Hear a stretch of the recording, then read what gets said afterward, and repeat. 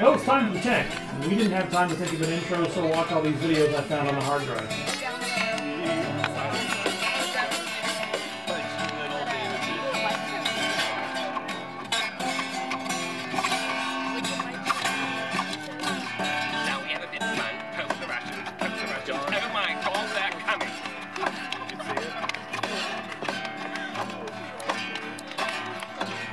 Hi.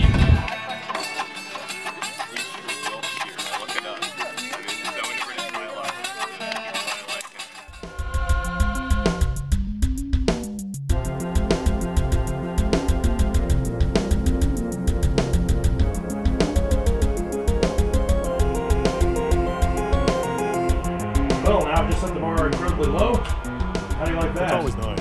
I like that. I mean, a low bar, just go ahead and lower your expectations. It takes a lot of stress off. You know what?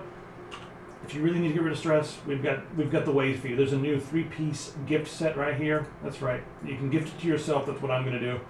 I don't have to gift mine. I can go get it out of the cupboard. I don't actually have one of these yet. So if you order one today, you'll get one before I do. This is our new bottle opener. Oh, let me go back to the closed stupid thing. Yeah, our new bottle openers are here. We got all kinds of gift sets. Isn't that nice? There's one other thing that we're doing that's pretty cool in the store here.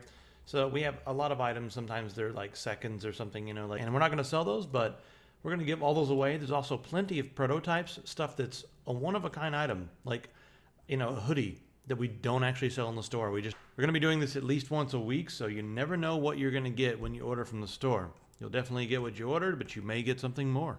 Anyway, so if you order it now, you'll get it before I do. I'm not going to have it until next week when, you know, Epic John, he's the guy who, you know, takes care of the store. Next time he comes around, I'll have it. So anyway. All right, let's move along. And I need to say sorry to some people. Where's that article? I don't even know where it is. There's an article here on extremetech. But apparently the Kingston SSD now, I believe it's the model 300, SD300 or SSD300. There's one around here somewhere, as a matter of fact. Where is it? It used to be a very good, fast product. And I have one of those from like, I don't know, a year and a half ago. And the thing is really nice and fast. And I keep recommending it because the price is so low. Well, apparently they've changed the parts on the inside of that SSD. So I feel really bad that I recommended it in the last video, but it was a bait and switch. I had no idea. There's been some articles out there on the web, but I don't have time to go out and read every article. And the only reason I know this is because I believe it was Bulletproof or Bullet, I forgot his name on the forum. He was like, Logan, stop recommending this. I'm going to punch you if you don't stop recommending this. I bought one of these, and it's very slow compared to what you said last year. So we have a new one. We just got a new one in the mail from Kingston. And I do like Kingston as a company. I don't condone this kind of activity, so we are going to check it out. And we're going to see what tomfoolery has gone on here, and we're going to make sure that it's still a good drive before we recommend it again, because we heard from you guys, and the community matters more than anything. So if you guys say that the new ones are crap and you have something to back it up, we'll definitely look into that. So yeah, I just feel bad that I've been recommending it. I feel like a fool, Wendell. I feel like I've been had. Why is it the same model if the insides are different? I don't understand. This doesn't seem like it should be the thing. How is it the same? Apparently PNY did the same thing as well. So there are a few of these models floating around that have the same logo, the same sticker, the same box, and different innards. That's really fishy. I mean, the prices are low. I mean, it's still a decent price, but it's like half as fast as it's supposed to be. It's like fast. It's like as fast as some of the really high-end Velociraptors. You know what I mean? Like, but what the hell? It's supposed to be an SSD. Makes no sense. So well, I need to play with it. Yeah. We'll take a look. We'll get to the bottom of this. Yeah, I mean, Kingston did just sponsor us for CES, so they're going to be one of our sponsors for CES. So I'm going to make sure that they explain this, and then we'll also check out, you know, all their new stuff as well. So yeah, I'll be able to sit down with them and be like, "Hey, what's up?" I feel bad doing that, but that's what's going to happen. We might be giving some sponsorship money back. I mean, it could happen. It could happen. It will. You know, it will happen if the right answers are not. You know, man, that's going to make Albert angry. He's gonna because he's the one in there like, you know, man, we just paid for our hotel and our plane tickets. How are we gonna pay for this? I'm gonna be like, I do not care. But we're letting you guys know now, so that you know, so that it's not like, hey, wait a minute, they're sponsored. No, we're telling you, we're letting you know, and it will be right. You will see. Yeah. Moving right along here. Stephen Hawking, he's warned that artificial intelligence could end mankind. And we received some backlash for that when we parroted the words of Elon Musk when he said, hey guys, we need to stand back and make sure that we're taking all the precautions. And, you know, this is a sensationalized... sounded like a freaking fly caught in like one of those electrical traps or whatever. This is a sensationalized article right here. Just because of the title, because Stephen Hawking doesn't just come out and say, oh, it's going to be the end of mankind. He offers several different perspectives on this. And when Stephen Hawking talks, even if you think you know better, you should shut up and listen, because you probably don't. You probably don't. He's like the smartest man on the earth right now. Anyway, here's what he really did say. Let me pull down to the quote here. He said, I believe we will remain in charge of the technology for a decently long time, and the potential of it to solve many of the world's problems will be realized. So he said that, but he also said there's several different scenarios, and one of them could be the end of mankind. So if you read into it and watch the little video up here, you'll see that he has a broader perspective than that. But he is cognizant of the ultimate consequences, and it's just something that we need to think about. He doesn't say that it will be the end of mankind. He is saying that we should not take it off the table. So, I don't know, that's pretty far out there, Wendell. Saying it's going to be the end of the earth and the end of mankind and all that sort of thing. But, I mean, where do you feel like the responsible mind should be on this subject? Do you think we should be considering that as the ultimate thing, or do you think that's like completely off the table? I'm really not sure.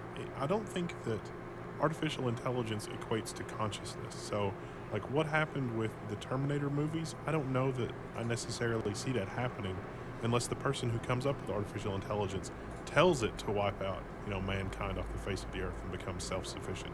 And then that may become a self-solving problem in order to do that. But I don't think that it's going to have the will to do that on its own. I think it's going to have to be told to do that by some human being. Right. You know what I'm kind of thinking? I'm kind of thinking that there's going to be a time when I guess we enter into sort of a Deus Ex phase where the humans start to become cyborgs, and we start to get implants, and we start to get the ability to learn things just by buying a piece of software and uploading it into our brain. I think there may come a time when that poses a potential threat, because that will almost become its own race. It will be they'll obviously be super intelligent. They'll still be part human. They're going to be part machine. There's going to be, their brains are going to be connected to like a global mesh, almost hive mind. And if they get together and start saying, wow, we can solve so many problems and the human element is still holding us back, they could be the ones to trigger something in, like sort of a genocide type thing. Good sci-fi movie plots, though. Hey, go crazy with those. I'm not a doomsday person. Yeah. Yeah, I'm not a doomsday person at all. And the only reason I continue to bring this up, I'm actually very, very pro artificial intelligence. I think the singularity is going to be a very interesting time for us, and it'll be almost like it will be the first thing. It will be the first, I guess, the first life form to create something that's more intelligent. Usually, you evolve into that, so everything's going to start moving fast. I'm looking forward to that. I'm looking forward to as soon as we have that, it'll be able to recreate itself and solve problems quickly. Like stuff that we thought was going to take hundreds of years, it'll be able to solve almost instantaneously. So I'm looking forward to all that. I always just bring up the other side to play devil's advocate, and also because not a lot of people are thinking about these things, and it's important to have all these things in your head at all times. That's why I always do that. So I'm not anti-science, I'm not anti-robotics, I'm not anti-singularity, and I am not... I guess the one thing that would worry me the most about all this is the interconnectivity of everything, like how everything's going to be just pretty much part of... Everything's going to be connected, and everything's going to be a network. I'm worried about the privacy and the security implications. Is privacy even going to be a thing in the future? So yeah, if your thoughts are connected to... we're going to get to a point where your thoughts are pretty much going to be connected to Wi-Fi, and then what? So that's where I'm the most worried. Anyway. I can't even imagine it. It's so difficult to imagine that. I'm not even sure a lot of the science fiction gets it right. I don't think so. I don't think. I think the science fiction that I've seen out there, a lot of it has too much of a human element involved. And when we create something like artificial intelligence, there won't be as much of a human element as we think there will be. It's created by us, but it doesn't have the qualities that we do as far as emotions and all that sort of thing. Anyway, all right. Speaking of emotions, that's a terrible segue, but let's take a look at this new Pizza Hut thing. They're doing this thing that allows you to order subconsciously. You go into a Pizza Hut. I'll just go ahead and play the video here, and bring this volume down. So anyway, the idea is that they have these new menus that pretty much track, some eye tracking technology. It's similar to the technology that goes on with websites and that sort of thing right now. You can already track and get sort of a heat map of where your eyes go on a page. Well, they show you a whole list of toppings, or a whole screen of toppings here, as you can see on the screen, and your eyes look around on the screen, and then the application says, oh, by the way, here are the 4 things that you want. You want pepperoni, you want to go out there and fight fires. Why is there a fire truck? Who started the fire? It's the deal fire truck bringing us the deals. Oh, we got some deals, right? Oh, it's the whole deal brigade out there, man. We get the deals going. Good Lord. Oh, that sounds like my ride out there is waiting. Hey guys, I gotta go. That's my ride. Telltale's Game of Thrones is on sale this week. That actually looks like a pretty interesting game, and it'll be a unique experience, even if you've read the books and everything. So there'll be some nice, nuanced stuff in the Game of Thrones universe. That's pretty good for $24. I'm actually looking forward to that. It's another series of games. Meanwhile, the spooks in the audience are correlating emergency calls with the time of the video to figure out where we are. Damn, FBI is on our tail again. Oh well. It's gonna be like the fugitive. We're like, wait a minute, that sounds like an elevated train. He's in Chicago. Wait a minute, that sounds like he made a left turn and went up a hill. That can only be in one city. That's what's gonna happen. All right. Anyway, so that's the Pizza Hut thing. Eye tracking technology. Pizza Hut is one of the first major places to use that technology. So just something we're going to see in the future in a lot more different places. Their idea is that your subconscious decides before you decide. And sometimes your subconscious knows what you want more than you know what you want. Because when you start to apply logic, then things get in the way. It's the same thing with love, man. Give me a call on our love hotline if you're having trouble with loved one, 557-287-427-287-77-11111. You guys know the number from the last episode. All right. So that's interesting. There's those deals again. All right, let's move on. Let's talk about the Bitcoin alternative. This is on Market Watch right here. They're talking about how Bitcoin and cryptocurrencies are a threat to Wall Street, but not in the short term. It's talking more about the long run. They could be a threat because they're decentralized. They don't have I almost was redundant and said they're decentralized and don't have a central bank. But yeah, they're decentralized. But in this article, it's kind of interesting. They're talking about these peer-to-peer lending clubs and how they're cutting out the middleman, giving you lower rates and also giving higher returns to the investors. So this is a very interesting. I might actually start playing around with this. I was thinking about maybe someday getting a bigger office or something like that.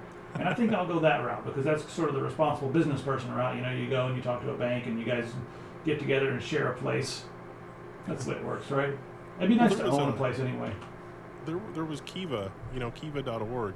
That was something that Bill Clinton was really into a few years ago, and it's a micro loans thing. So you can do a $25 loan, and in the third world or in developing countries, that makes a huge difference. And I had an Kiva account a couple of years ago. I actually made pretty decent money. I mean, it wasn't loaning stuff to people.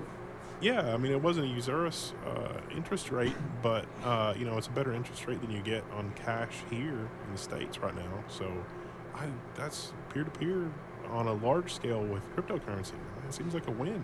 I'm totally for technology supplanting a lot of this old school stuff. We're still doing the same thing that we were doing 100, 200 years ago. I mean, just everything's still the same. Why is it not modernized with the times? Oh yeah, because there's a lot of people who really want to hold on to that way because they're making money with their big buildings and it's all middleman stuff. A lot of the middleman can be cut out now, We don't need to pay air conditioning for big giant banks downtown. We don't need to pay a ton of employees. We don't need to have... Well, you know what? The only thing I think that we still may need, stockbrokers in a way. A lot of them are scumbags and they're just telling you to buy stocks because, you know, they want to make a commission or whatever. But sometimes maybe financial advisors is a better word for it. I think financial advisors will still have a job because a lot of times all of us don't have time to keep our thumb on every stock and on everything that's going on, know about all the bonds and all the commodities. So financial advisors may still have a place in the market. I don't know. Maybe that can be done online as well, though. Your assumption is predicated on that Wall Street is sort of functional in the first place, but I'm remembering some stuff out of the corner of my head where, you know, things like these huge Wall Street investment banks were recommending that their people that have investment accounts invest in silver, while their own investment arm was doing everything they could to devalue silver by flooding the market with silver certificates and you know, that kind of thing. And I believe that there was you know, one of the big investment banks was sued over that because they were telling their investors to do one thing, they themselves were doing something else. I think it was, but I'm not sure. Yeah, I don't know. I don't remember. It just popped into my head, and so we're sort of doing it live. So I don't have a chance to look it up. But yeah, so that's already happening on Wall Street today, and the whole like subprime mortgage crisis, the whole toxic thing. They knew exactly what they were going to do. That wasn't accidental. If you believe that was accidental, you're more naive than I am.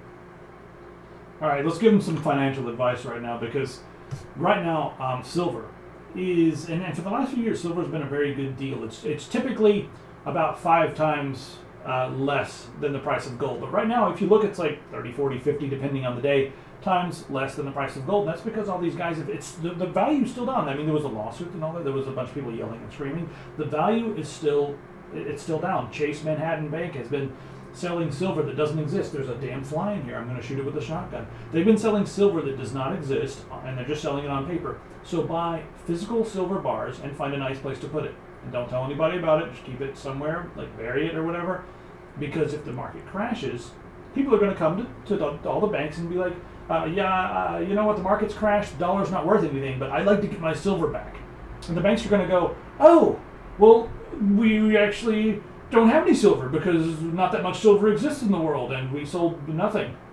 So you've got a piece of paper that says you own silver, but if you look at the fine print, it says, you know what, if you come and collect this and there's no silver left, then I don't know what to do. You're going to get... Yeah, silver certificates is a thing that's sold, and it's like, I'm going to buy some silver. It's like, no, you're just buying silver certificates. There's no guarantee you'll be able to collect bullion on that. Isn't that a nice piece of paper you have now? This fly, I swear I'm going to get a shotgun and go crazy on it. It was the same fly that was driving me crazy in the Ultimate Ears video. It's a nightmare fly. Get out of here. It's got a ski mask and everything, that little bastard. All right, let's move right along here. All right, this is I just want to like yell at Blue Rim Networks for just a minute. This Redditor here, this is on Steam. They were injecting advertisement. This small Blue Rim Networks. This is a very small ISP. They were intercepting this data and injecting ads into everything. These are Google ads. So not only are they injecting ads into something, they're tampering with his packets, which makes them responsible for all kinds of terrible things that could happen. But also they're in breach of the terms of service because these are Google ads, and they're injecting these Google ads right into Steam. So if I had a phone right now, I would call them up and just be like, "What's up?" That's Blue Rim Networks, right there on the screen. You guys can see them, and you guys can give them a call, and just tell them to stop it. We should make a spectacle out of them so that all the other ISPs that are doing very similar things. I mean, they're already like about to do things like this, but if they see that it kind of was flying with this company, they're going to be like, "Ooh, that's a good idea. Oh my God, we can just do that because we're already injecting stuff into the header so we can track them. Why don't we just go ahead and put our own ads there? Better yet, let's remove the ads that support the websites and let's put our own ads on top of them." That stuff is going to happen unless we really freak out right now. So everybody freak out. Get your pitchforks and your torches and bazookas to kill flies. My God, that thing is annoying. This is already played out, at least in America. And the way that it played out was that the FCC, because keep in mind, Tom Wheeler, cable industry executive, the double dipping on these ads was basically okay, according to the FCC. But it stopped when large providers sort of felt threatened. And so I guess it was, I think it was AOL that was doing this way back a long time ago, right after the Time Warner merger. And they're like, hey, we can put ads on everything and it'll be fine. And some major websites were like, wait, you're modifying our site after the fact? No, that's not cool. And I don't think it made it very far in court, because I think that was a pretty strong legal foundation of very rich lawyers. And so I suspect that if Steam gets wind of this and Steam wants to sort of become involved, that Steam would have a very valid complaint to say that they've been harmed or injured by carrying these kinds of ads on the website by the ISP. And so I think that route is likely to get better traction. One individual claiming that the ISP is messing with their traffic. Sadly, apparently in America, that's okay, according to the FCC. I don't think that's right. I think that we should stand up against that. I think that's absolutely ridiculous that that's apparently okay. But it's really going to be up to the website people themselves to make the issue go away with the ISP. You know, the security implications from this are unbelievable. Even if let's say Steam is like the most secure network in the world, and it's probably not, but let's just say for a minute that it is. Just by injecting these ads in there, now malware, attacks, Trojans all have a separate door right into your Steam. Well, I don't agree with that, because no. Because the only way this works is on unencrypted traffic. So if you have a VPN or Steam uses HTTPS, this is not going to work. There's no way they can man in the middle of that unless they install malware on your machine. So how do they get these ads in there? Steam is not encrypted. It's not an encrypted protocol. So the only fix for this is a VPN, or make sure that you're always using HTTPS. Right. All right, moving right along then. The Brewie, the world's first automated home brewery. This looks a bit interesting here, I guess. You basically put. I'll go quick through this. You basically put everything in there. You don't have to go through the long process of making beer. You just basically put all the ingredients in there. You can mix and match the ingredients, and then you have a little app on your phone that allows you to control it, and it does everything for you. And you don't just have to buy the crap from them. I don't know if this is a scam or not. It looks ridiculous. It's hard to believe that this little box can produce beer, but hey, why not? I'm curious. The price of it's really cheap. Yeah, it's cheap too. It's $1,000 for one of these things. Well, I guess now that's sold out. It's like $1,400. These are going to sell out fast. Yeah, and we're going to help them because it looks interesting. I mean, I don't know if I'm going to get one. I mean, I wanted one at first, and then the price is now up to $14.99, and now I'm like, at that point, like, damn, I'll just boil it on the stove, but I never have time for that. And then somewhere inside me, it's like, oh, this is killing the process, and there's that whole like thing where you're just in there like a mad scientist measuring and checking things and all that, and this does all that for you. But if it tastes as good, if the results are the same, then I'm all for it. That's basically it. And I'll get one if the results are the same, because in the long run it may save me a bit of money, and I'll be drinking exactly what I want to drink instead of settling for, this is a pretty good beer. It's not bad. I like it. Well, I mean, if you're that serious about beer, you're going to need 3 or 4 of these running in parallel, because it's going to cook the beer for 5 to 6 hours, and then you need 5 to 14 days to ferment it. Yeah, at least. And then you got to, if you're doing like a stout or something, I'm probably going to want to age it for a while. I'll have to go out and get some whiskey barrels to age the stuff properly, and I'll have a shed in the back. This is going to get out of hand. Well, I gather that it ages internally, like you leave it alone. Oh, it does, just yeah. Everything. So that controls the temperature and everything. It does, but now as far as like stouts and stuff goes, there's a whole, people are aging them in bourbon barrels and whiskey barrels and all that sort of stuff for long periods of time, 6 months, a year, 2 years, to give it a really different flavor, almost like just the same as when you're aging anything else. But yeah, it starts to take on the flavor of the wood and all that. It's a bunch of snobbery. Let's just move on. So let's talk a minute about the Sony hack. So of course you guys know by now that Sony Motion Pictures, they were hacked, and nobody knows who did it. Apparently they got in there and they downloaded 40 gigabytes worth of sensitive stuff. Some movies files were in there. And, it was 100 terabytes of information, 40 gigabytes of which has been released to the internet. Oh, only 100 terabytes. Damn. Yeah. So, yeah. It was apparently so bad, the company Jim even had to shut down. They're saying it may be in North Korea, but that doesn't make any sense to me. You know, North they're Korea's making a movie upset. about North Korea. That's Yeah. not doesn't make any sense. North Korea wouldn't have leaked the information. You know, they wouldn't have leaked. Like, why would North Korea do that? That's totally out of their character. So I'm going to rule out North Korea. Even if you piss off North Korea, I mean, they made Team America world police, and North Korea didn't do anything. So, I think North Korea knows when things are asinine and they leave it alone. That's my opinion, but I don't know. So they took there's like medical records and scripts for movies that haven't been written yet, and unreleased movies, and just the apparently whoever did this had complete control of every single, like, they had control of the coffee pot, and they had control of the coffee pot long enough that they had everything. So that's pretty disturbing. Right here is what's Gizmodo. Yeah, they say on Gizmodo that they also had all of the passwords pretty much in plain text. There was seriously, it was seriously there, like the passwords just in a database in plain text, passwords right there. That's unbelievable.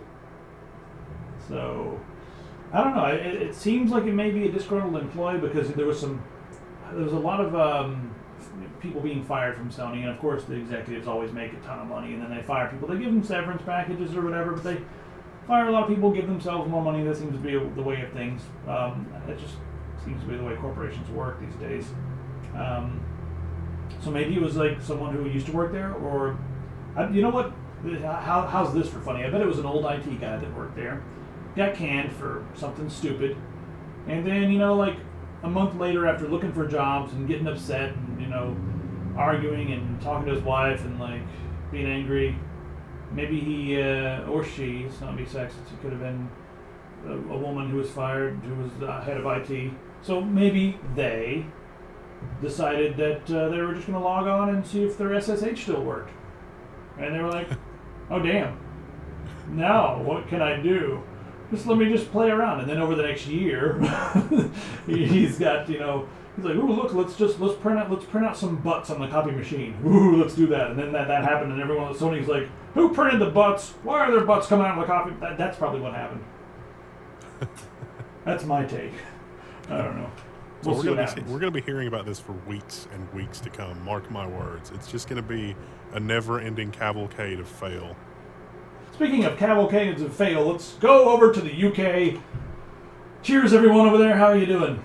And we've got a little bone to pick with David Cameron yet again. He is using this to say that it's the ISP's fault. Well, I'll let you go into this, and we'll get into the nuances of this. But it's obviously agendaed. We'll start off with that. It's obviously agendaed. Go ahead. So I guess one of David Cameron's appointees came out and said, "Oh well, you know, this Sony hack. You know, within the Sony hack, somebody took some of the movies that were actually captured from the Sony hack and put them online, and it got over 1 million downloads. And you know, ISPs really need to be responsible for how their users are using this, obviously." Wait. And it's like, did you just say that ISPs need to be responsible for something that was leaked and put onto a torrent website? And so they're what? How is that? What? Yeah, doesn't even. It's like let me. It's like, oh, that seems reasonable if you're thinking that in the back of your head. Let me just turn this around for you a little bit. So it's like every day in the UK, millions of people use the road to commit crimes. And so what we really need to do is to have the people that provide the roads and the people that do maintenance on the roads police what's going on the roads, in addition to the regular police that police what's going on the roads. Maybe we can also get ordinary citizens involved. Maybe we can just randomly stop all traffic and search all cars that are on roads, because roads are used to commit crimes. And you know, there's a lot of crime everywhere in the UK, and all of those crimes involve the road. And so clearly the road is at fault here. All right, let's go ahead and talk about what the agenda is here. Whenever you see something that's this stupid, and it's coming from people who are in a position of power like this, you have to kind of sit back and think, are they really that stupid? Or is there an agenda? And the answer is yes, there is an agenda. We talked about the internet, the blacklist or whatever, where they said all these websites are no good, and that happened over in the UK, and it was a huge mess. So that was a mess. And then we've got stuff like this, where they're like, the ISPs can't keep it together. We've got people just going mad, going onto websites that are esoteric. That's actually listed in the things that are bad. You know, like things that have child pornography, obviously bad. And then they've got, you know, like people shooting each other with bazookas, obviously bad. We'll block that. Gay and lesbian, let's block that. Pornography, let's block that. And let's also block esoteria. Yeah, that's just anything weird. That's not even definable. Just not even definable. It changes with society. So anyway, yeah, they're going to use this to say, hey, we need a whitelist so that only these 15 websites are safe, and all the other websites are not safe, and therefore you cannot access them. And then we won't have to worry about people downloading stuff because the Pirate Bay or whatever kick-ass torrents, none of that stuff's on the whitelist. No big deal. Demonoid somehow ended up on the whitelist. What happened with that? You can only get to American media companies now in the UK. Congratulations, we've taken over. Excellent. Well, it's funny that the UK. I mean, it's funny that you mentioned porn because the UK also banned all sorts of different kinds of porn this week too, and it's like, I mean, there were, you know, you go down the list and it's like, okay, maybe this is reasonable. And one of the things was spanking. They banned porn that involves spanking, and so I guess okay. Well, I mean, just really, I don't even want to get into it. It's just like, you know what I think? You know what I think's going on over there in Parliament? I think they're having like a little war where they're like, all right, well, Peter over here is into spanking. You know what, Peter? If you don't sign my bill, I'm going to put a ban on spanking. How do you like that? Well, you wouldn't dare, Ruford. You would not dare. I will dare. In fact, I'm drafting the bill right now, Peter. Well, I was on a forum on the UK trying to learn more about this, and I don't know if all of the people on the forum seem to actually live in and around the UK, and they were all joking about how it's like, oh yeah, I remember when this happened in the 70s, and it was, you know, it was all like, oh my God, there are pedophiles everywhere. But it turned out the pedophiles were actually inside the government, and so there were all these really horrible, dark jokes about pedophilia on the thing, and everybody in the forum was like, oh yeah, that really happened in the UK, and it's like, guys, did that really happen? Because that's really scary. Oh man, that takes me back. I mean, I think it was in the 60s when they banned animal porn, so what was going on there? I'm not even going to touch that. Well, it's like, I mean, what's going on in the UK? Can somebody tell us? Because something's messed I know up. exactly what's going on. Sexy parties and spankings, and as soon as like, as soon as like someone knocks on the door, they all like jump back into their chairs. Hurry, hurry, hurry! Quick, quick! I guess it was David Cameron's IP advisor, Mike Weatherly, that sort of got all this started. But you know, I gather that Cameron was like, oh yeah, you know, that sounds like a good idea. ISP should stand up and be responsible for the North Korean hacks. And it's like, I'm not sure what you're trying to say there, but whatever it is, indicates that you don't understand how the internet works, one, and two, that ISPs are not responsible for policing the internet. That's what law enforcement is for. I mean, if these people are committing crimes, then by all means investigate, but that's no excuse for setting up a, you know, global surveillance panopticon that is, you know, got a camera up somebody's butt at all times. And I know you guys all have the CCTV stuff, but I think it's a little bit different when you're talking about an internet connection because people are using that in the privacy of their own home. And so I think there is some expectation of privacy with certain kinds of things that you do online. Not to say that you can do illegal things online. Now, I mean, clearly you can't. But it's really dangerous to set up this huge surveillance mechanism because it will be abused. Mike Weatherly, the IP advisor, his SSID is it hurts when I pee. So if you're ever in his neighborhood, just jump on, or don't. All right, let's move on from that, shall we?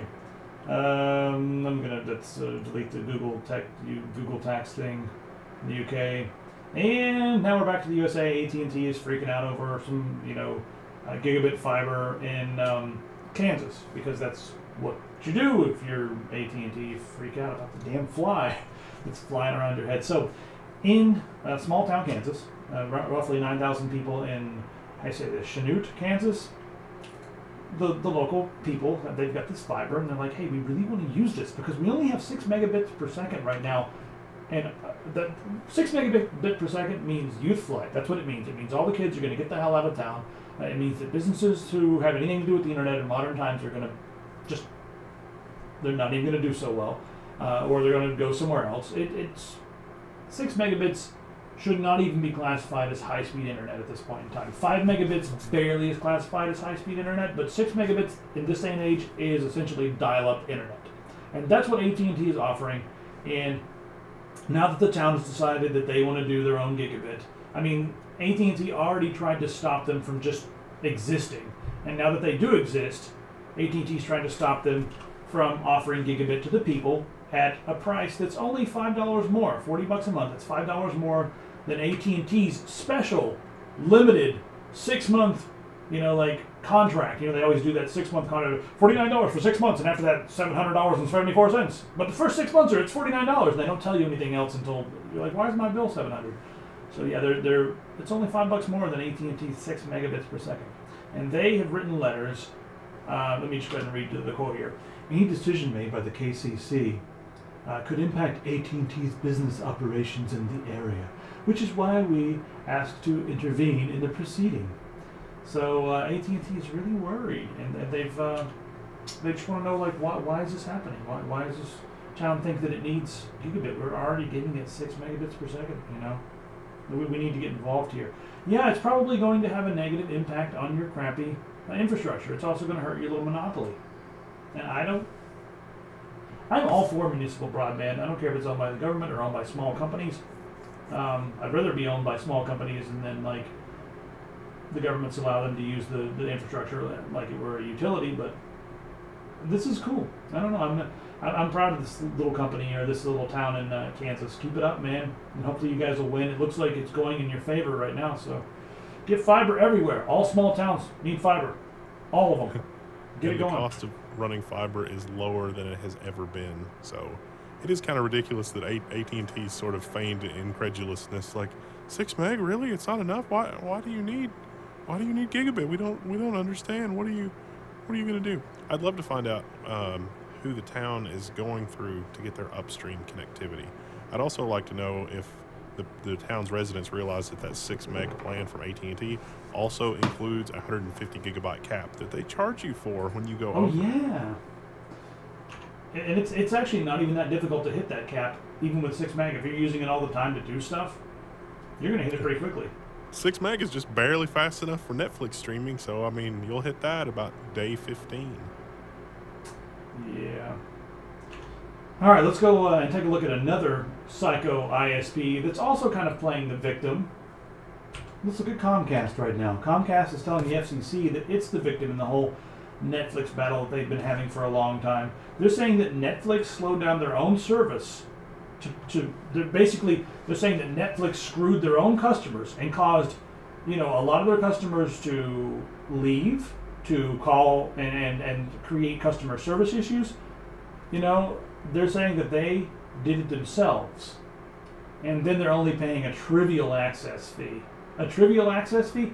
The fact that they're using the word access fee is troubling to me because, maybe a trivial fee for peering, a trivial caching fee, or a trivial fee for extra bandwidth. That's one way to put this, and I still don't agree with it. But when you say access fee, access to what? Oh, access to the customers that Comcast thinks that they own. That's the heart of the problem, the mentality. Look when you at see that words language. like access. That language, Yeah. You see their true intent. They see their customers as cattle, and they are selling access to said cattle. That is exactly what's going on here. They could not be more transparent. So when you read that and you say, well, now wait a minute, don't customers pay Comcast for access to the internet? Isn't that what's happening here? Because if Comcast didn't have the internet, what would they be paying for exactly? And so it's like, Comcast customers are requesting data as part of their service from the internet, and that just happens to be Netflix. It could be things other than Netflix, and we actually found that, other internet traffic that just happened to go along the same routes as Netflix that had nothing to do with Netflix were harmed because Comcast refused to upgrade their connections. It would be just like, let's say that you ran a dial-up ISP and you sold access to the dial-up ISP. If people always called into your ISP and got a busy signal, like I'm running an ISP, I've got 1,000 customers, but I've only got 10 phone lines. And when my customers try to call in to get something and it's a busy signal, those customers are going to be upset. They're going to be like, hey, wait a minute. I can't, get in. I'm getting a busy signal. The customers know something's wrong. Because the internet's a little more complicated. The customers don't really realize they're being ripped off, and that's why Comcast got away with this for so long. And so Comcast is being like, well, you need to pay a fee in order to access our customers. They're turning the model around. Comcast is not in the business of being the internet. There are higher tier internet providers that are the backbone of the internet, the Cogents, the level 3s of the world. Comcast is not that, not yet. They may be trying to refashion themselves into that, but they've already shown that they can't be trusted, that they are not, you know, this oligopoly of companies are acting as a public trust. Comcast has already shown that they can't be acted, that they can't act with a public trust. And so this right here, this one slip up, is showing that they're treating their customers as a resource. And that's true in cable and cable television. You know, they will hold their customers hostage. You guys have seen that in the spats where it's like, oh, you don't have Fox anymore because, you know, Fox is negotiating with us right now for licensing fees where they're playing a game of chicken. They're doing the same thing with the internet because they're so petty, and that should not be we as citizens should not tolerate that. Let's move on and talk about another little thing that Comcast is doing, and this is something that popped up on one of their blogs. They're talking about the whole merger thing. You know, I'm going to talk about Time Warner, and then we're going to come back to the merger. I think I'll do that first. Where's that Time Warner article? It's because this Time Warner article goes kind of into this. Time Warner came out, and they also said that they're not throttling. So we've got, you know, Comcast over here like, oh, Netflix was, we're the victims, we're the victims. What's the next step for you guys? Creating a game called Depression Quest or something? Anyway, the Time Warner is saying that they don't throttle YouTube at all. They're saying it's all about the peering. And you know what? The way they're saying that, it's actually kind of right. It's even if they're not, they probably are throttling. Who knows? But get out of here. Well, it's not that they're effectively throttling. It's it's very very choice words that they've used here. Very choice words. They refuse to upgrade the choke points. Simple as that. And it has to do with the interconnectivity thing. It's like Time Warner is not the internet. They're an internet service provider. They have to buy internet. Their customers are using more internet than they've bought. Not that they're not making money hand over fist. They're making so much money that they're, you know, two giant juggernaut companies are contemplating a merger here because they've got so much money they don't know what to do. But the FCC weighed in here, and the FCC, I don't know if you guys saw it, the FCC wrote a letter to Netflix saying, well, hey, you know, that you're seeking to do these fast lane deals with these companies, that's undermining your net neutrality argument. And if you read it, you know, on the face of it, it kind of makes sense, but it misses a few key points. So the FCC Commission says that Netflix needs to be open about their caching architecture to let ISPs manage that traffic however they need to, so they have to buy less upstream traffic. The rationale being that if you're Comcast or Time Warner and you put a Netflix caching box in your data center or in your local distribution centers, then that's less traffic that hits the internet. Netflix offered to do that, but the FCC is like, well, even though Netflix you offered to do that, it's proprietary. You need to do an open standard thing. And so that's when this Time Warner article comes in here. Yeah, it's really, really messed up because all of these articles right now that are out all have this verbiage that makes them sound good almost. It makes them sound legit, and they're actually true. Their biggest lie is omission and equivocation. And those, in my opinion, are the two most evil ways to lie. Lying by equivocation, that'll get you punched really fast because you withhold information, you are causing me to make a bad decision. And you're also, I mean, that's just, it is literally the most evil way to lie. And that's what both of these things are doing. Time Warner saying, hey, it's about peering. Well, yeah, it's about peering. And it's on your shoulders to upgrade your freaking network because your customers, you've got so many paying customers that it's clogging up your network and you're refusing to upgrade. Of course it's about peering. It's on your shoulders now to make it work. And then with the whole Netflix thing, it's the same type of stuff. It kind of makes sense when you read it.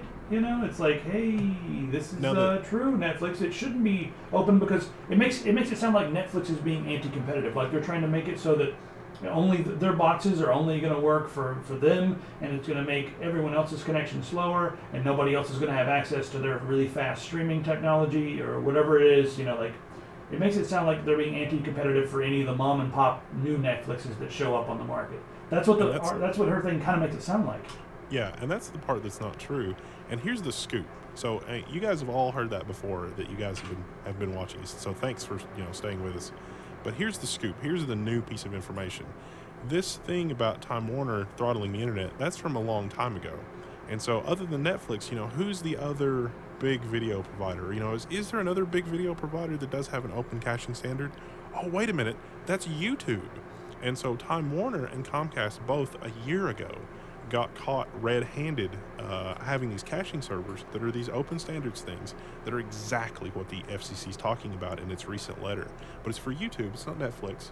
And so Google's got all this wonderful documentation. If you as an ISP want to run one of these caching servers to cache all the popular YouTube videos, totally fine, documented. You can do it on your own hardware. Google will send you hardware, just like Netflix will, but if you want to do it yourself, you can. Time Warner and Comcast both did that, but they didn't really upgrade the hardware sufficiently. And so you guys might have remembered, we covered this a year ago. There's this article where if you block certain IP addresses, that's that caching box that is quote unquote inside the Time Warner network, you have a better YouTube experience. And so you can do that even without a VPN. We covered it, longtime viewers, you're going to remember that, but you can do some Google searching and figure that out. And so exactly what the FCC is saying would be a better way to approach this traffic problem has already been done. We've already been there. And these ISPs have already demonstrated that they will play the same shenanigans even when that's an option. And so this argument that Netflix could do this open caching thing is completely facetious, because YouTube is already doing it. They've been doing it for years, and it still leads to a bad experience because the ISPs don't really have any motivation to maintain that infrastructure. Their motivation is to take control of the internet surreptitiously without anybody noticing, and that's what we must not allow. Now is a great time to show off these advertisements from Comcast and Time Warner. They're trying to re-educate the public to show them how amazing the merger is going to be. So the two companies we just talked about, oh man, it's going to be better. Because together it's better for more people, of course. These are really sappy. I can't believe that they actually got people to act in these, but I guess if you pay people to do anything. I'm not even going to get into it. I'm ready to move on to other things. We got more Comcast stuff to talk about. Comcast recently wrote a blog article, and in the blog article they forgot to omit, just like they do. This is one time they forgot to omit something. They forgot to omit a little, maybe it was a note or whatever, but it says, we are still working with the vendor to analyze the FCC spreadsheet. This is, the article was about, how good the merger was going to be and how it was going to actually provide more competition, because they're on this new thing where it's like, hey, if we put the two biggest things together, there's going to be more competition, because that doesn't make any sense. But anyway, here in their letter, it's like, any consumers in census blocks that may lose Brewie and choice. All right. It says, we are still working with a vendor to analyze the FCC spreadsheet, but in case it shows that there are any consumers in census blocks that may lose broadband choice, we want to make sure these sentences are more nuanced. So right there's like a little plan. It's like, hey, if we see that, there's some certain areas where there's any data from the FCC that says that people are going to lose choice, we want to make sure that our sentences are nuanced. Is that the word you guys use for bold-faced lie? Let's. It wasn't a lie. It was just a nuance, We were only misleading you. We weren't lying. We were just nuancing, Nothing wrong with that. Right?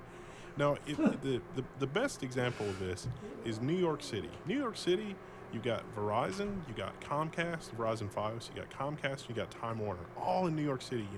Manhattan, it's all available. But you know how much service overlap there is for those providers in New York City? Almost zero. There's some comments on this story. There were some comments over on Reddit.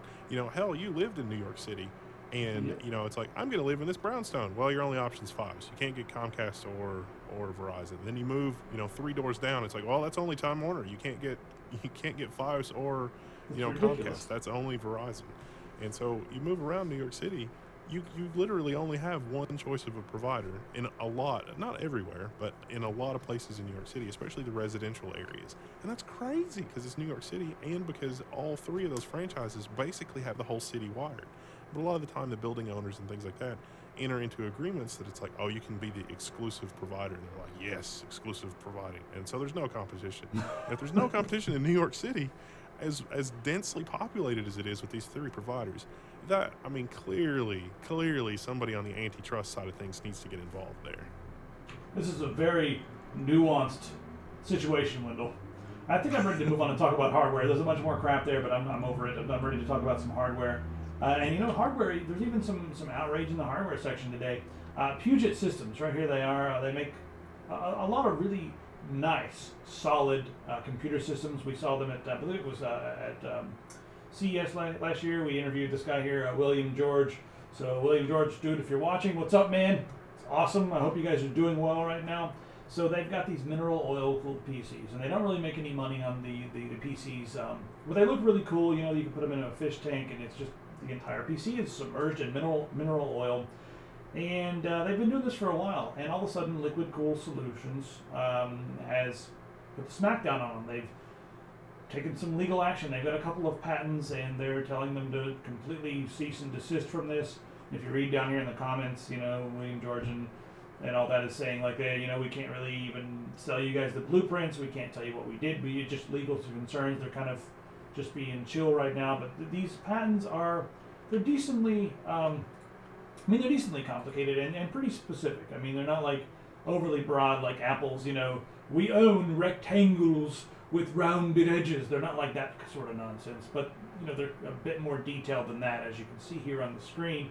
But I think what's really funny, if you guys go down here to the bottom where they're citing everything, we just, there we go, just do a search there for Puget. If you look at the citations on the bottom, Puget shows up several times in both of the citations. That just seems really shitty for them to cite Puget in their freaking patents and then tell Puget they can't make it anymore. That's just a messed up system. It makes me sad. So we should all be outraged and go buy a bunch of Puget products.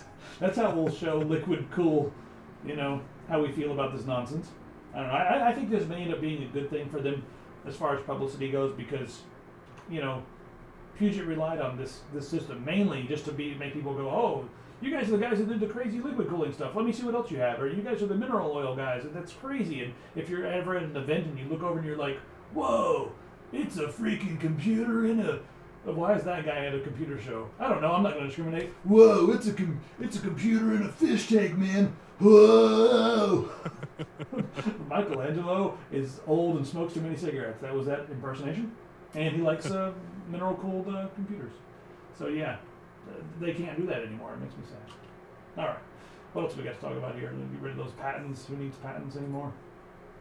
Full-scale fighter jet. So this artist has put together a cardboard full-scale fighter jet. It's really meticulously done. He's even shown how it's done down here. You guys can download and create your own type thing. It's really wild. He worked on this for a couple of years to make it perfect. And it is uber nerdy. I'm super impressed that it's cardboard. Doesn't look like cardboard here in the photo or the video. And on top of all that, no glue required. So, pretty damned impressive. Let's get this epic video here. Yeah, your epic video. You know, I'm always afraid of showing these videos, but it should be alright. We're not going to get in that much trouble. Maybe a little bit of trouble. Stupid flying cat people. Yeah. Oh, those guys finally... We finally won. The flying cat people finally went away, so whoever saw that at the flying cat thing and finally said yes, thank you, because we would have gotten a strike, and if we would have gotten a strike, I would have taken you to court. So thanks for being somewhat sensible. Mr. Last Hats.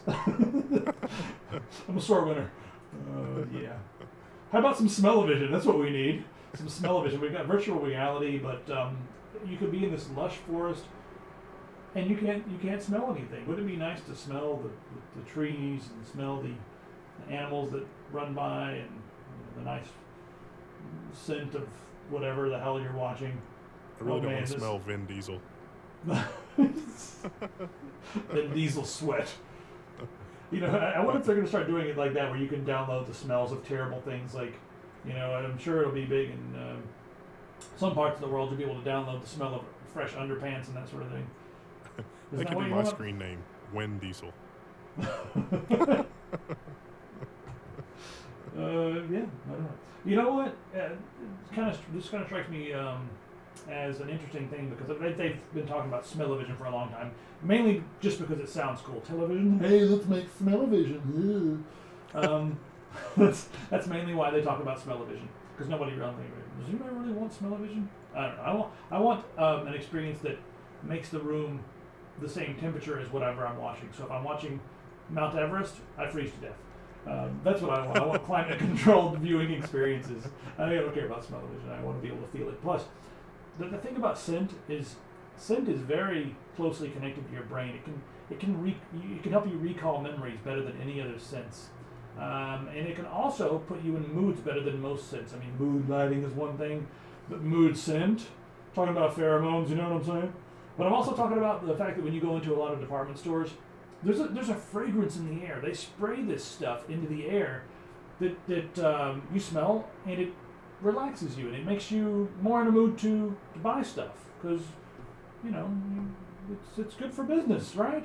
So what if they started using something like this? Whenever you saw like an advertisement, you start smelling fresh, delicious things. This could be an advertiser's. It's underwear, but I keep smelling fresh chocolate chip cookies. I don't understand. What is it trying to do? It's like it's trying to program you. The underwear is good, or the chocolate chip cookies are good. I'm not sure what it means, but now I want both. And you can buy both by clicking here. See? What's that was the Futurama thing. It's like Fry had an advertisement in one of his dreams, and that was the joke. And he woke up and he's like, well, yeah, I mean, in the 20th century we had, ads, but those were only on television and in the radio and magazines and, well, pretty much everywhere except dreams. They weren't in dreams. And they're like, well, now they're in dreams. Samsung, they're going to be releasing their own 64-bit ARM processor. It's a 64-bit core, obviously. This is going to be interesting because it's probably going to be in the Note 5. They're going to build that from the ground up. Probably going to have Tizen, so they're going to move away from Android. They're going to move away from, all the other processors out there. They're going to do their own thing.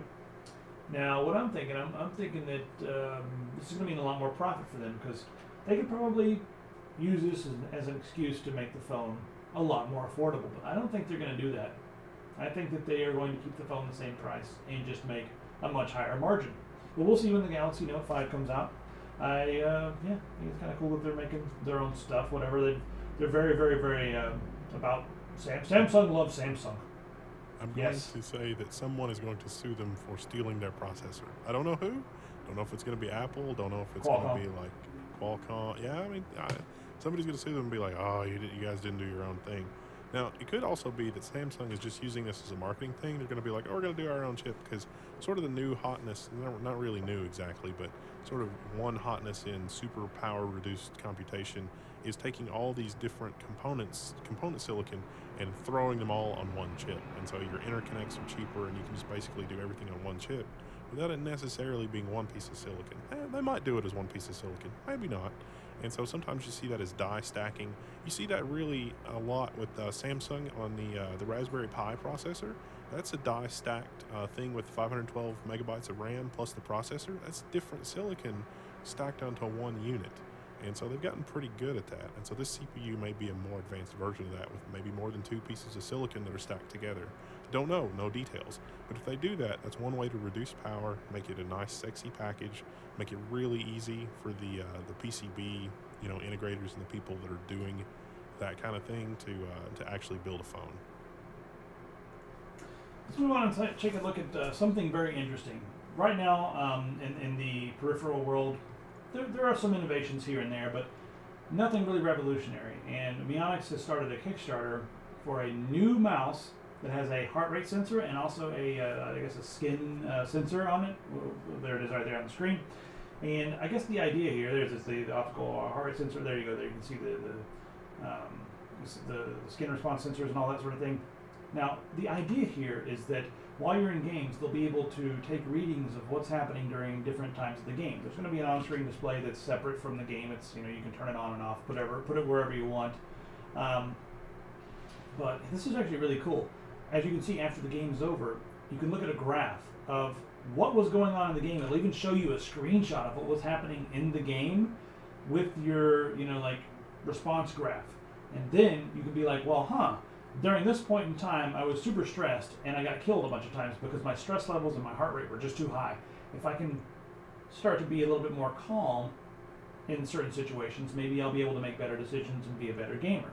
So it's, of course, used to monitor your health, but that's not really what it's designed to do. It's designed to enhance your game experience.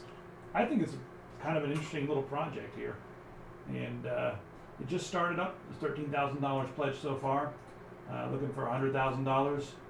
And it looks like it's going to be a Naos QG is going to be the model number, so it'll be a right-handed mouse. I'm wondering if they're going to do the same thing with the Avior. I would hope that they would for the lefties out there in the world. I mean, the Naos is one of the best. Hey, what do you know? What's this right here? It's a Naos. This is the I have my doubts 8200. Yeah. I have my doubts about all the sensor data. Maybe might be interesting. I don't know if it's for me, but you know, data is kind of fun. Yeah, I'm wondering if it's going to have an impact on gameplay, frame rate, if it's going to mess around with the Direct 3D or anything like that, because there's going to be on-screen displays and just stuff running in the background. I'm wondering if it's going to affect that at all. But yeah, data is fun, and I'm not sure if it's going to improve anyone's game or not. But it'd be fun to play with, and the price is not that much higher compared to other mice. You know, like it's maybe $20-30 higher than what you pay for a regular mouse. So that's not unreasonable, in my opinion. The retail price is going to be $129, but you can still get it for $89 here on Kickstarter. All right, actually, you can get it for maybe cheaper than that, $79. I don't know. All right. Next up on the list. Oh, the Stanford engineers have decided to curve light at a 90-degree angle. That's going to possibly speed up data transfer. Pretty interesting technology. I think we've covered different versions of this before. The whole idea with light is that it can deliver more information and it doesn't get as hot. But Wendell, you have a more interesting thing to even talk about.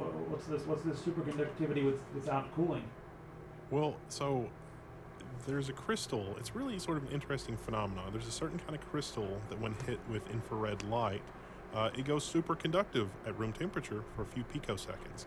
And so we didn't really understand the physics of how that works. And so some experiments have been devised with super high power X-ray lasers and experiments conducted. And so we're getting a better understanding of the physics that go into that. But I can't tell you how huge this is. You know, there's a superconductor in every neighborhood these days. You know, your friendly neighborhood local MRI machine. You know, pretty much every corner, five and dime has an MRI machine at this point. Well, all of those MRIs pretty much rely on, you know, liquid helium or liquid nitrogen. Now, liquid helium is getting a short supply. That's a noble gas. We used to collect it off natural gas wells. We don't. A lot of the helium in the market now is coming from the National Reserve in America. And we're not really collecting it off new natural gas wells because we're dumb. So invest in helium, invest in lithium and helium, guys. Sorry, and so, you know, liquid helium and liquid nitrogen are needed for those MRI machines to be able to operate correctly. But if we can have some kind of a, you know, pulsed infrared laser superconductor crystal thing, then that could lead to room temperature MRIs that no longer require liquid helium and liquid nitrogen to cool the superconducting magnet down to the point that it actually superconducts. You know, superconductivity, one of the features of it since superconductivity was discovered is that it requires things to be very, very cold. And so this is a crystal that exhibits superconductivity at room temperature only for a few picoseconds when it's hit with a certain kind of infrared light. And so understanding the physics behind that is going to lead to some really amazing breakthroughs. I mean, when you can have a superconductor, you know, in your cell phone or your desktop computer, it's going to open up a whole world of possibilities for science and fun things that we can do with that. It's going to be integral for quantum computing as well, I would say. So that's what we should be looking for. I mean, both of them are going to be very interesting technologies, but this one looks really cool. All right, moving on next on the list. Hey, how about 1/100th of a billionth of a frame per second, or 100 billion frames per second photography. How about that? That's ridiculous. Let's just take a look at some of the stuff. You guys can go read the article. We're running long on time here, so I'm not going to get into it too much. It's a laser pulse reflection. Wow, we are watching light move. This is awesome. How does it even capture it? Is it? Yeah, there's some Heisenberg shit going on here. What the? How? What? I don't know. I'll go read a physics book later. All right. This is kind of interesting. How about some temporary tattoos? So you get a temporary tattoo, and it hacks your skin, give you information, all sorts of things. This is interesting. I don't know. Do you want one of these? I'm kind of just speeding through stuff now because I want to go drink beer.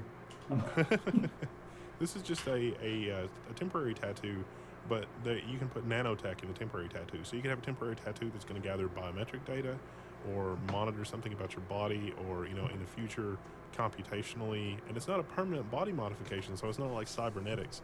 But this might be one way that we ease into cybernetics, because this kind of a tattoo maybe could give these sensors better access to a nerve cluster, or better access. The first few generations is just going to be biometric data. It's going to monitor your heart rate, cholesterol.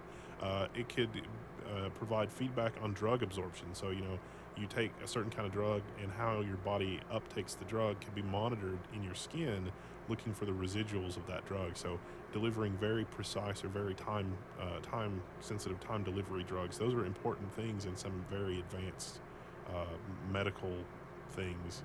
So this kind of technology will enable that, because it's a sensor type technology. But in the future, computationally, you know, tying that in with drug delivery, tying that in with your pacemaker, that kind of thing, it's like, oh, you're about to have a heart attack, let me just go ahead and administer, you know, something else. This is the beginnings of the HEV suit from Half-Life right here. Couldn't they put like an RFID tag in it, like this product here I just found on was it Core FID? It's a RFID shop. It's under a pound for one of these things, and you can stick it on anything, and then all of a sudden you've got a 125 hertz RFID tag, or 125 kilohertz. I'm sorry, RFID tag. So that, I mean, I guess their marketing is like, you know, you can stick one of these on everything and then never lose certain things because you'll know where they are based on the tags. But you could also use this to track stuff, and you could put it on you could put that in one of these little things that goes on your skin and use it to track your children or whatever, if you like, or, you know, even bigger implications. We can get into Big Brother stuff, but I don't want to. I don't want to. I don't want to get into Big Brother stuff again. But yeah, I mean, those things have been around for a while. I wonder, once that technology gets smaller, that could be fun too. All right, that was a tangent. Anyway, it looks like GTA 5 is going to be taken off the shelves in Australia because of the fact that you can punch women in that game. There's probably a lot of games that you can punch women and you can punch. But see, the thing about GTA 5, and hey guys, I'm not for punching women. If you punch women, you're stupid. If you punch men, you're stupid. If you punch people, if you punch anybody, you're stupid unless they deserve it. In which case, go ahead and, I'm not condoning anything. Never mind, because it'll bite me in the ass. Punch people.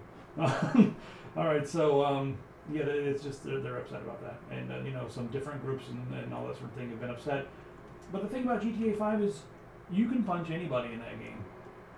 It doesn't matter what color. It doesn't matter if male or female. GTA 5 does not discriminate as far as who you can or cannot punch goes. The only thing that I think is a bit weird is the fact that I haven't played the game yet, so I don't know. It doesn't seem like you can pick up a male hooker, or can you pick up a male hooker? So that seems a bit sexist. You can't pick up a... Really? Maybe not, I don't know. Maybe that was a mod, I don't know.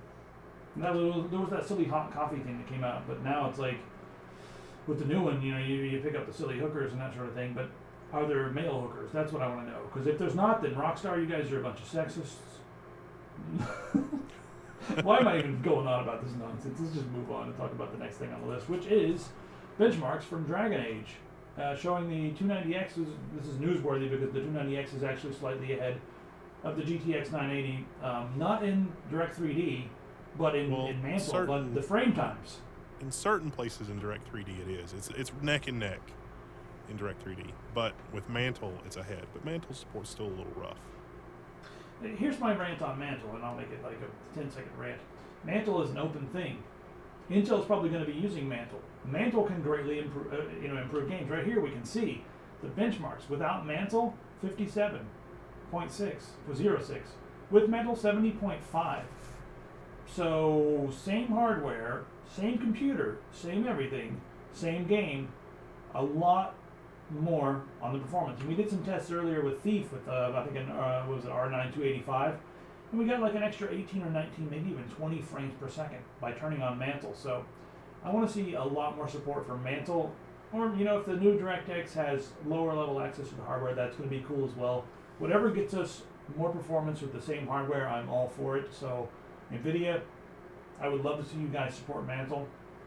I know it's not going to be the best we're going to thing support as far as DirectX 12, which is basically the same thing. Come on. I don't know. It looks like it has better low-level performance, and I think it's kind of they have to now because there's Mantle out there. So DirectX 12 is going to have to do something as far as giving them more low-level access to the hardware. Now, but yeah, the grain of salt here is that Mantle This is a very 1.0 product, Mantle and Dragon Age. And so Mantle and Dragon Age is a little rough, but it's going to be dramatically better in a couple of months. Just like, you know, when BioShock Infinite first came out, the benchmarks from those days that we did versus the benchmarks that we do today, everything on every vendor across the board is 10% faster or more. And so it's going to be exactly like that with Dragon Age, and it's going to be exactly like that with Mantle. But we're already seeing these kinds of gains with Mantle, even though Mantle is a very not mature product yet. When it gets a little bit more mature, it's going to be amazing. But even taking Mantle out of the equation, the 290X versus the 980, the 290X is, I mean, they're neck and neck. Very interesting there. We got the 390X around the corner. I've been playing around quite a bit with the 980, and we've got two of them right here on this test bench. We're going to go on my system after we finish testing them.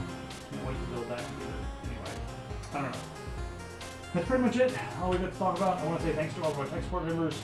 Tech support is the system where you can go to our website, you click on tech support, and then you can elect to buy us a beer or a cup of coffee every month. And this helps us to eat. This is the day job, you know. So I just want to say thanks very much. If you guys appreciate what we do, it's one way you can give back.